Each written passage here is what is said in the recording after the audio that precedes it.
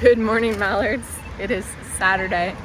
I am on my way to our venue, and I just had a classic city experience, which is that I got sprayed with water from a car driving by. It's fine. I'll dry. Or I won't. It'll be fine. But, you know, it's pretty funny. Our morning show of Midsummer is over. It went quite well. We were recording, which I think made people maybe a little bit nervous. And so it perhaps was not as flawless as some of the other ones have been, but the audience was hot and they laughed a lot, and I think it will make for a good recording. And it did make for a very energetic performance that I super enjoyed. And I'm proud of my cast. And now I am on my way to IF Theater. I'm going to see a show called A Bed of Thorns. I just went and saw A Bed of Thorns. It was a fairy tale telling show. I would put it a little bit into the clown category just because of the way the performers were. It was beautiful. I loved it. I had so much fun. I love a fairy tale, and I love a retold fairy tale. And the narrators introduce it, the clowns introduce it as a story you've heard before, with a fair maiden and a brave hero and a witch. And then they turn it on its head, and it's very gay, and it's wonderful, and I liked the twists and turns the story took. I really enjoyed the performance. I really enjoyed the physicality of it. When the narrators were introducing the characters, they were very much like mechanical dolls, and they all moved that way in every sort of like out of story scene, which I enjoyed immensely. And it was just, and it had a dream ballet, and I love a dream ballet. It was very, very enjoyable. I am so glad I went to see that show. And I am on my way to see something else now here. I can't remember what my next show is, but I'm looking forward to whatever I get to see. And I hope that if you're in Indy, that you check out these amazing shows. Link down below, of course, to the Indy Fringe site where you can get tickets to all these and more. All right, so I just went to see an Indian dance show called Margam.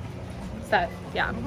And I went with Shmoo, which was lucky for me because as you guys know, I don't always understand dance, although this was fascinating. So I've never seen, aside from like belly dancing, which is its own thing, I've never seen classic Indian dancing like this.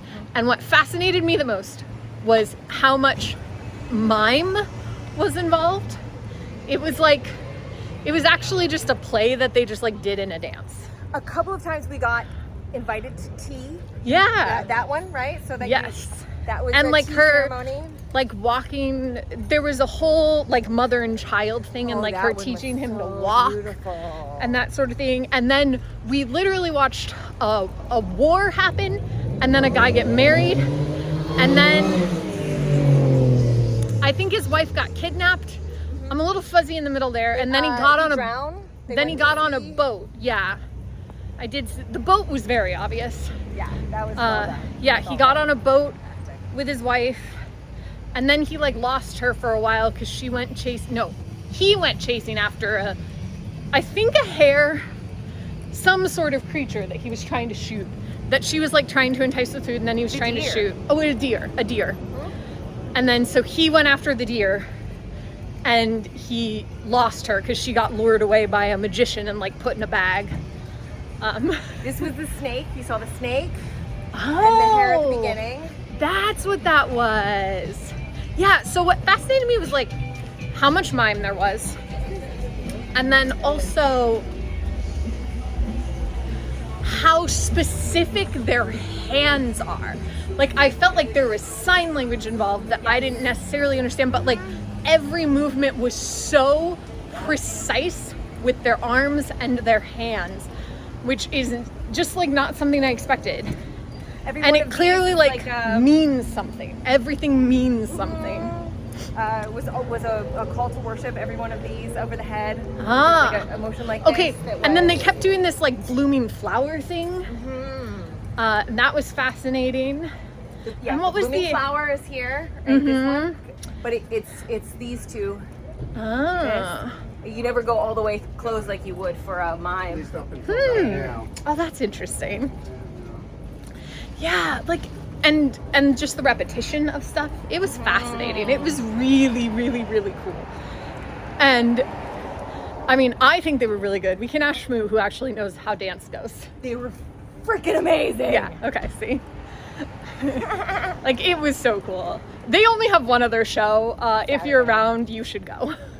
Go. It's really, really cool. I just saw Scouts Honor, which is the second the second trial show I've seen. Which is not unusual, but it is weird that it has happened twice. So in this show is a musical show, an original musical show, and it is about a Girl Scout on trial for kidnapping and assault. And they call witnesses, other people from her troop, plus the person who was kidnapped. And through song and dance and a little bit of parody and a lot of making fun of Girl Scouts and cookie sales, you eventually figure out what happened.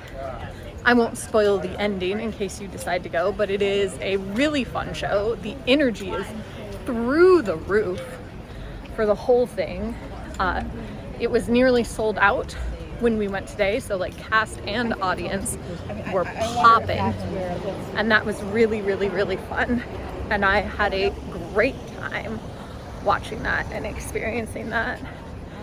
And I would definitely recommend it because it is really funny, especially if you've ever been a scout.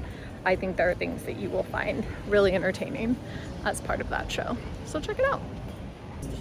All right, I just saw Golem Girl live. It is a one-woman storytelling show about her obsession with Golem, in case that wasn't clear from the title, but also just kind of about her embracing being weird and strange, and talking about, being yourself, no matter what that means, and everything related to that, which was very, very enjoyable. And I liked her storytelling style. She was very, very funny, and the entire bit was very funny. She also had a whole rant about how Goblin Core is not very goblin, which she's right, because it's entirely too aesthetic. And she was like, goblins are not meant to be like collecting dice or little bottles or tiny trinkets. It's about garbage, piles and piles of garbage in a dark cave. And that was hilarious to me, and also I think very accurate. So I very much enjoyed that. And overall also, and this is important to me, she's a very pleasant person. So I super enjoyed just talking to her. And now I'm going to head to another show. I just saw Crossroad Dance Indy's Perfect 10, which was unsurprisingly a dance show. So it is their 10th anniversary, and they did 10 pieces all related to the number 10. So there was like a dance of like a dance that was a girl like 10 years in the future, or I guess maybe 10 years in the past, like dancing with herself, telling herself things. There was like an interview with a 10-year-old girl that they like did a dance to, so it was like, what is it like being 10? There was one that was just like about the number 10. There was a dime dance that was really cool, that it was like doing decades dances, but also like using the music and the interaction between the person portraying the dime and the other dancers to like show how much a dime was worth at each period in time, which was really interesting too. And then after that, I'm trying to remember all of them. I'm not going to remember all of them, but they were all very enjoyable. They did one that was the top 10 like wedding dances, like get the party started wedding dances. So they like did the electric slide and the cha-cha slide and Cupid shuffle and all that kind of stuff, which was really fun. And then their last piece was 10 dances that like they have done as a company that people really loved. And so that was really cool. I had a very enjoyable time. I also liked that the program explained what each of the dances were, which is good for me, a person who doesn't do dance stuff and therefore doesn't always know what's happening.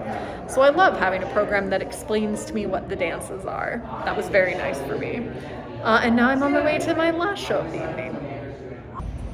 I just saw my last show of the evening, Spin, which was an Edgar Allan Poe adjacent story.